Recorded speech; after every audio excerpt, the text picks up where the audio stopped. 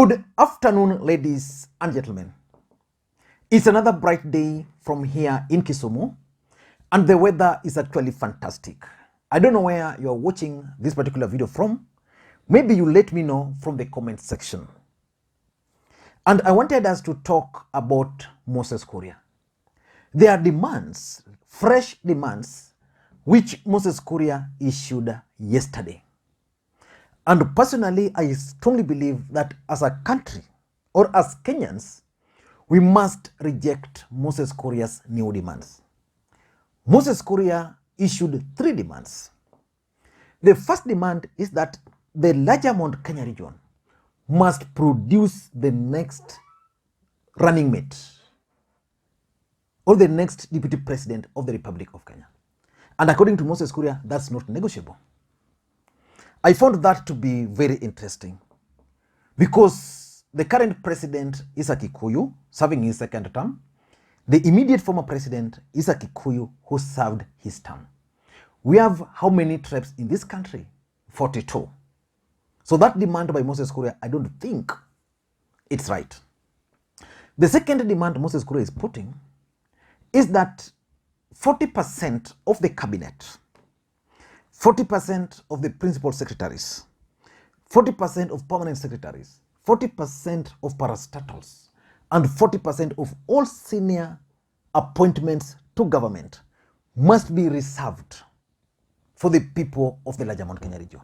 I also found that to be very interesting because, of course, in this country, even today, if you look at the appointment which has happened, probably even more than 40% can be in favor of the larger Mount Kenya region. The third demand which Moses Kuria is also putting is equitable distribution of resources. According to Moses Kuria, since 40% of voters, according to him, I don't know those figures, are from the larger Mount Kenya region, then they should get equitable, basically 40% of the national resources. On that, maybe, yes, but if you look at it critically, the larger Mount Kenya region is not that big compared to other regions. Development-wise, the larger Mount Kenya region is more developed than most parts of the country. And probably Moses Kuria needs to be reminded that. So I want us to look at these demands, why Moses Kuria is making them, his objectives, and why Kenyans must reject them. Before we do that, for those who are watching this channel for the first time, please take a second or two and click the subscribe button so that next time we produce a video like this, YouTube will automatically notify you. And to the subscribers, I want to continue thanking you guys from the bottom of my heart. Please, for this one, for this particular video, just give it a thumbs up and drop your comment. And for those who can share it, share it. I mean, I've not made this request a few days for sometimes now, and I can see we are going down. So you must support me or the channel by clicking thumbs up. Now, let us get back to main issue. And let us begin by replaying a statement which was made by Moses Kuria. Listening to Moses Kuria. We have agreed, first of all, on the position of the deputy president is not negotiable. Commensurate with our votes, 40% of the votes of this country are from Mount Kenya region. So now that you have given, in to other people to see how they can also lead this country, we cannot completely, give up on everything. And that's why we are saying the position of the deputy president is non-negotiable. Second thing, we want to have a share, a proportional, not a favorable, a proportional share of government. So if we have got 22 ministers, 40%, 6 to 7 ministers should come from Mount Kenya region. Now we have got 2-3 ministers. Is that fair? We want 40% of all the PSs to be from Mount Kenya region. We want 40% of parastatus, CEOs and chairmen and board members even, to be from Mount Kenya region. We want 40% of ambassadorial position from Mount Kenya region. That is not a favor we are asking for. That's the minimum we deserve, and that's our right. No, that's Moses Kuria. And I still maintain that Moses Kuria is a very smart politician.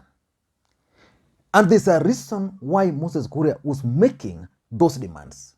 He knew that the rest of the country were not going to buy them. But he knew the people of the larger Mount Kenya region were going to buy them. So why was Moses Kuria making these weird demands? 5 reasons before I get into why we must reject them. The first one, Moses Kuria wanted to appeal to the emotions of the people of the larger Mount Kenya region. Remember, when the BBI process was ongoing, Moses Kuria rejected it. But in there's one thing they were all agreeing to. Resource allocation. 1 man, 1 vote, 1 shilling. And because BBI is no longer there, the people of the larger Mount Kenya region have started thinking that the presidency is going, the BBI is not there, but they needed certain things based on their numbers. So Moses Kuria is coming out now to talk about these things openly so as to appeal to the emotions of the people of the larger Mount Kenya region. And that's the kind of politics Moses Kuria has played all along.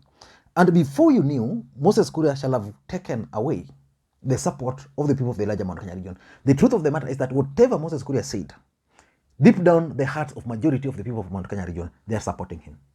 So that's the first thing he wanted to do. The second thing, in my view, I tend to think that Moses Kuria is actually laying the ground to withdraw his support to the DP. These are just excuses. Yesterday I did a video on this platform, and I'm glad that even the Star newspaper has it in their headline today, about William Ruto's choice for running mate from Central Kenya. One of the biggest dilemma the deputy president is facing is the choice of running mate. And based on the information I have is that on 4th, when he met the leadership from the larger Mount Kenya region, they persuaded him to make sure that the next running mate must come from the larger Mount Kenya region. Because if that won't happen, then the DP is going to lose their support. And the DP, according to sources, agreed to that. But who will be this person? Definitely this person is not going to be Moses Kuria. And if it's not going to be Moses Kuria, who will it be? And the truth is, the DP might even decide that the rest of the country are rebelling against that. So he might decide that the best thing for me to do is to support someone from outside the larger Mount Kenya region. And that will be a good excuse for Moses Kuria to dump the DP. Number 3, I tend to think Moses Kuria is making these demands as part of his strategy to succeed President Uhuru Kenyatta in the larger Mount Kenya region. President Uhuru Kenyatta's term in office is coming to an end. He's going home. The Building Bridges Initiative process collapsed, so which means constitutionally we are not going to have a prime minister. Remember, Moses Kuria is not even going to defend his seat, but he has his own political party. So Moses Kuria's game plan is to succeed President Uhuru Kenyatta, and that's why he's making these demands. So people will love him. His party will get a lot of traction. When we go for elections, his party might win 1, 2, 3, 4 seats. Then after that, Moses Kuria will now come back and emerge, because the next president of the Republic of Kenya will not be someone from Central Kenya. So Moses Kuria will then come emerge and lead the opposition from outside. So in my view, I think it's all about President Uhuru Kenyatta's succession politics. Number 4, which could be remote and also possible, is that Moses Kuria is trying to raise stakes for negotiations. As we speak today in this country, the truth of the matter is that the larger Mount Kenya region have the votes. They have the numbers. In Nairobi alone, they can win almost half of the seats there. In Nairobi alone, if votes were to be counted, they'll almost take half of the votes in Nairobi. That's the honest truth. So those votes cannot just go like that. So you must put a demand. And one of the demands is the running mate. So Raila Odinga will negotiate with Moses Kuria and tell him, you can't be the running mate. Let me pick someone else. But I want you to come to Nairobi and be the governor for Nairobi. Or Kalonzo Musyoka will see that Raila has picked someone from Central, Ruto from Mount Kenya. Then Kalonzo will come with a deal or even Musalia Mudavadi for Moses Kuria. So Moses Kuria is raising his stakes. And I want to assure you, because of his party, Moses Kuria will start sitting on the negotiating table where people are negotiating power. He will be there soon. And lastly, I think Moses Kuria, being a smart politician, is also just keen on trying to remain relevant, remain on the news. Because from the moment he uttered those statements, Moses Kuria is actually on the news. And that's why I believe Moses Kuria is very smart. Kutumia akili, huyo jamaa anatumia. But why must Kenyans reject what Moses Kuria is telling them? And personally, I would love to read statements or comments from my friends, especially from the larger Mount Kenya region. Why do you think we must reject this thing Moses Kuria is saying? I'm only going to give 3, but I do love to read more comments from you. Number 1, why we must reject this is the fact that when it comes to the presidency of the Republic of Kenya, the people of the larger Mount Kenya region have probably produced the president more than any other tribe. Currently, the president of the Republic of Kenya is President Uhuru Kenyatta, serving his 2nd term. That's 10 years. You leave Uhuru, you go to Kibaki. Kibaki also served for 10 years. That's 20 already. Then you go to Moi. Moi ruled for how many years? 24. The longest. Then you go to Kenyatta. From 64 to 78. Another 14 good years. So the presidency of the Republic of Kenya has revolved majorly around 2 tribes. So that's something that Moses Kuria must be reminded. That if Uhuru was the president, Kenyatta was the president, and they're blaming the Kenyatta family for their problems, why should they demand for the deputy president again? Why can't they allow the rest of the country to have that deputy and wait and see if that can really help the people of the larger Mount Kenya region? If the presidency itself has never helped them, according to them, because they're blaming the Kenyatta family, Jomo Kenyatta, for suppressing them, for grabbing lands from them, and for making them poor, majority of them poor. Then Uhuru came, they voted for Uhuru, then they are now blaming Uhuru again for the problems facing the larger Mount Kenya region. Why don't they vote for someone else out of the larger Mount Kenya region and wait and see if that person can bring the changes they want in their lives? So the fact of the matter is that the presidency has resolved around central Kenya for a long time. Kenya has 42 tribes. You can't tell me that Kenyans will be happy. We have had a Kikuyu president, Kalenjin, Kikuyu. Then in 2022, we go for another election. We've had a we have had a Kikuyu president for 10 years. Then with a Kalenjin running mate for how many years? 10 years. Then we go for an election. Then in that election, we have another Kalenjin president and then a Kikuyu running mate. Of course, it's possible because politics is also a game of numbers. I'm not ruling out the possibility, but is it moral for Kenyans to allow that?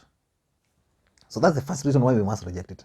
The second reason why we must reject this is that Moses Kuria is trying to create fears amongst Kenyans. Kenyans will start fearing Kikuyus. They view Kikuyus as people who want everything for themselves. You know, it's good for Kenyans to vote for a Kikuyu. Kenyans can even decide to vote for Moses Kuria, but note that they're being set up. What Moses Kuria is doing is actually setting up the Kikuyus against Kenyans.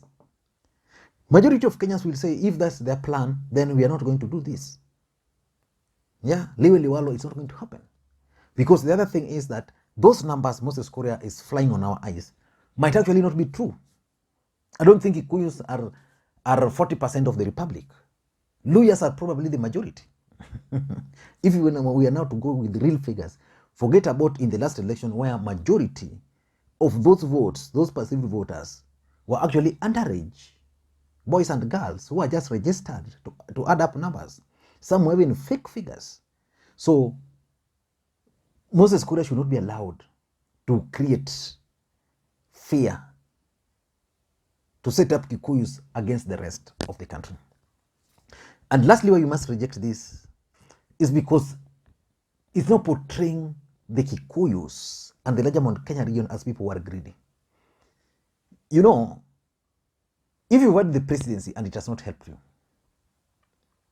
why don't you allow the country? If Kenyans are comfortable with Rigathi Gachagua as their deputy, let Kenyans vote for him. Don't put demands, because the moment you put demands, it means even the choice are limited.